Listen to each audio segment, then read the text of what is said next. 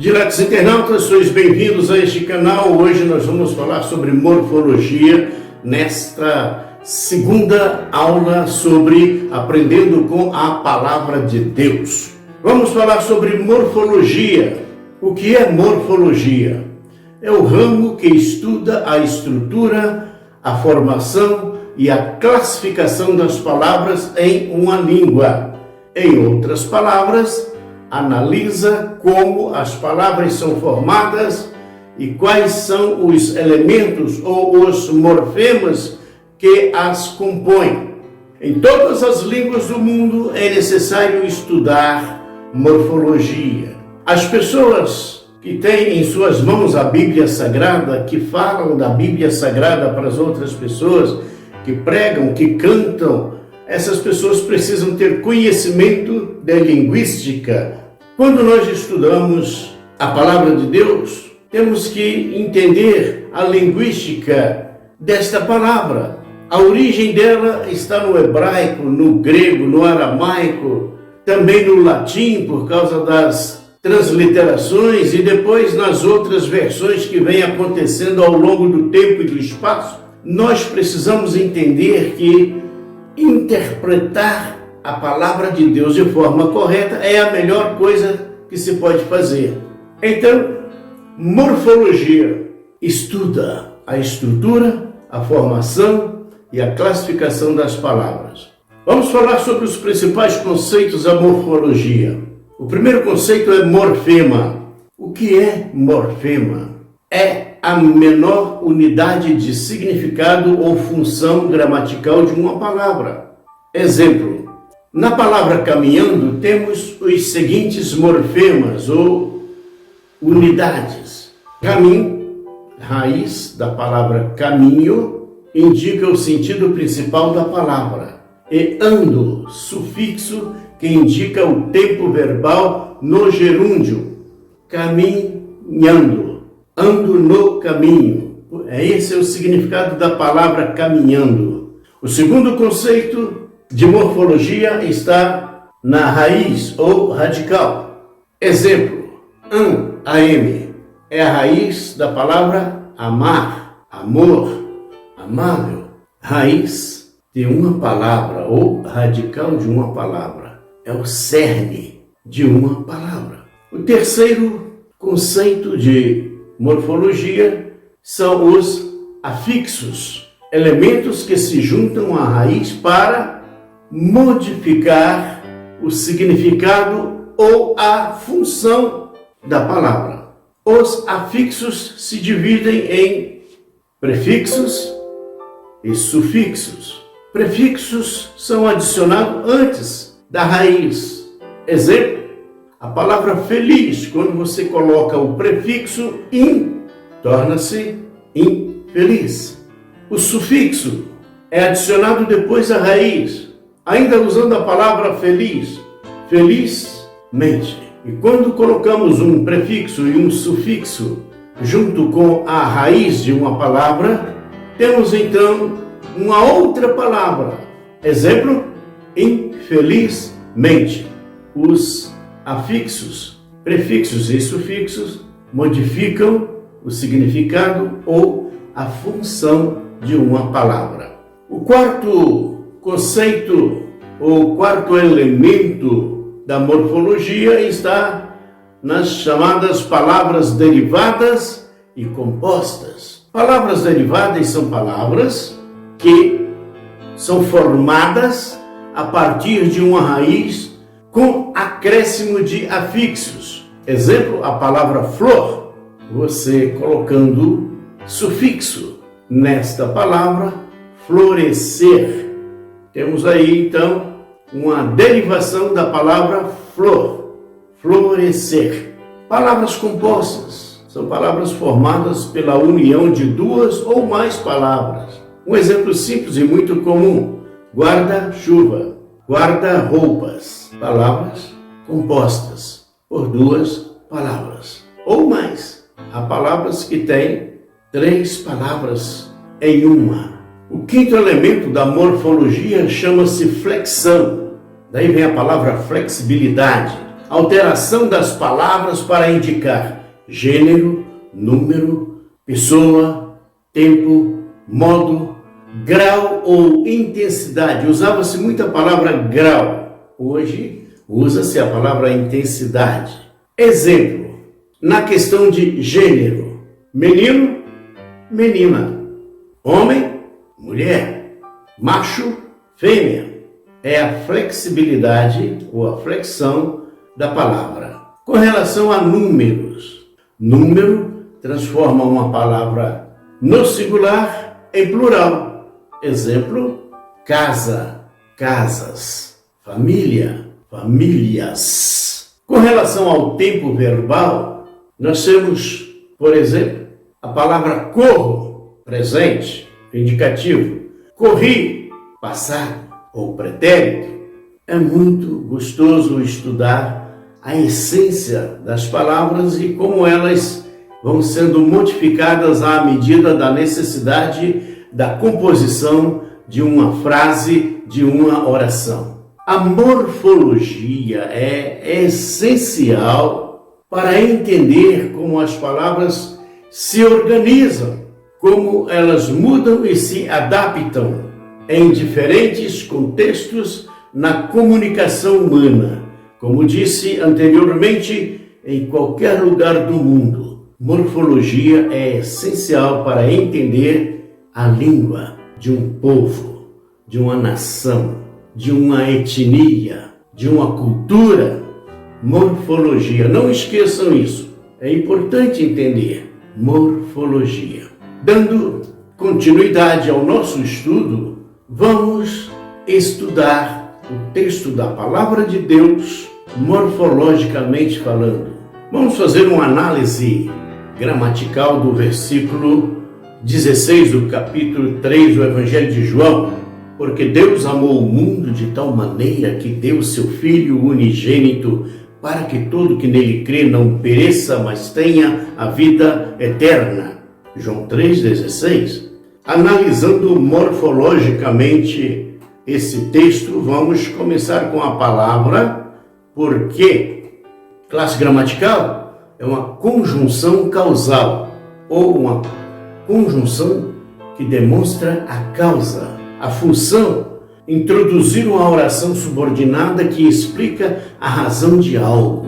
Porque expressa motivo, razão e circunstância em uma frase, em uma oração. Item 2. A palavra Deus. Classe gramatical desta palavra. Substantivo masculino singular. Funciona como sujeito da oração principal.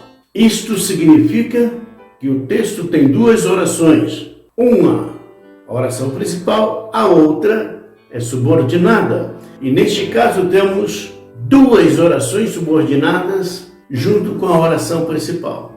Vamos seguir no terceiro item, na terceira palavra, analisando de forma morfológica a palavra amou.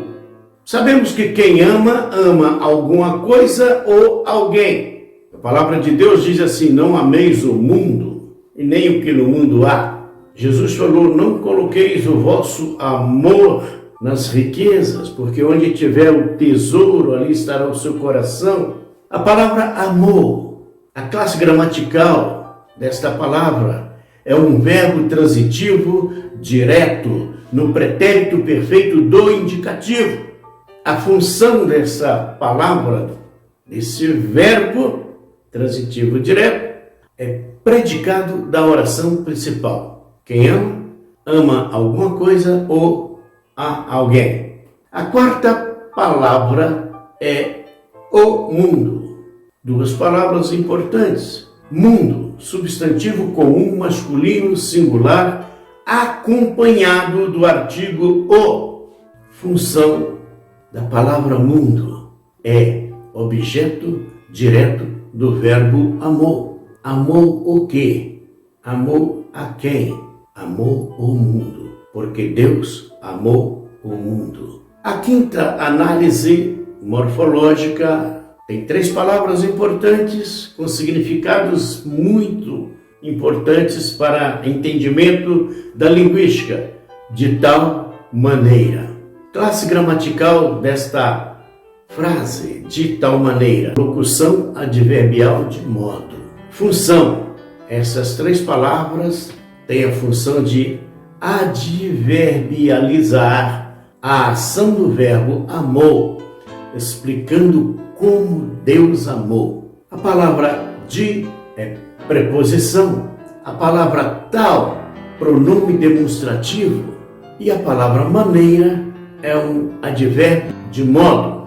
Em sexto lugar, temos a palavra que, cuja classe gramatical é uma conjunção subordinativa função. Introduz a oração subordinada que complementa a frase, que pode ser um pronome indefinido ou uma conjunção integrante, como é o caso nesta frase. Porque Deus amou o mundo de tal maneira que. Então, é uma conjunção integrante. A sétima palavra a ser analisada é a palavra deu, verbo transitivo direto no pretérito do indicativo. Deu é uma ação completa, concretizada. Função funciona como predicado da oração subordinada. Observe que temos duas atribuições para esta palavra. Deu é verbo e também é predicado. Vamos à oitava palavra, analisando morfologicamente. E aí temos a frase, o seu filho unigênito. Classe gramatical dessa frase, substantivo comum, masculino, singular, acompanhado do artigo ou do pronome possessivo seu e do adjetivo unigênito. A função é objeto direto do verbo deu. Para que é a próxima palavra que vamos estudar, é o item 9. Para que. Classe gramatical, conjunção subordinativa final. Uma conjunção que define ou que determina um fim, uma finalidade. Função, introduzir a oração subordinada que expressa a finalidade de deu o seu filho unigênito. Para é preposição. Que é um pronome relativo indefinido. O item 10 está a frase todo aquele que nele crê. De forma morfológica, a classe gramatical dessa frase é oração subordinada adjetiva explicativa. Está explicando que Deus deu o seu Filho para todo aquele que nele crê. Função desta frase, sujeito da oração subordinada final, todo aquele que nele crê. Então vamos estudar a palavra todo. É adjetivo que acompanha aquele, porque Deus amou o mundo, uma totalidade. Mas aí vem o adjetivo e diz aquele, todo aquele que nele crê. Aquele é um pronome demonstrativo, eu, tu, ele. E aquele, que é um pronome relativo indefinido, funciona aqui como conjunção subordinativa que introduz uma oração subordinada adjetiva. E temos a palavra nele. A palavra nele é pronome pessoal, no caso ou do caso, oblíquo. Neste caso, se refere a Jesus e funciona como complemento do verbo crer. O verbo crer é verbo transitivo indireto na forma do presente do indicativo. Crer em que ou em quem. Por isso é verbo transitivo indireto. A outra palavra que temos é a palavra pereça, cuja função é predicado da oração subordinada final, expressando uma consequência ou um resultado para aquele que nele crê. E a palavra não, a gente já até falou sobre ela, que é adjunto adverbial de negação. O item 12, as palavras mas, tenha, Classe gramatical da palavra tenha. É verbo transitivo direto no presente do subjuntivo. Que ele tenha. O quê? A vida eterna. Que eu tenha. A vida eterna. A palavra mas está presente também aqui. A palavra mas é uma conjunção adversativa. Introduz a ideia de oposição, contrário. Mas tenha a vida eterna. Todo aquele que nele crê não pereça, mas tenha. Então chegamos ao entendimento do estudo morfológico do texto de João 3,16. Que vocês possam ter entendido a nossa proposta assim. Da mesma forma estaremos fazendo com outros versículos. Nossa próxima aula vai falar sobre análise sintática de João 3,16. Até o próximo vídeo.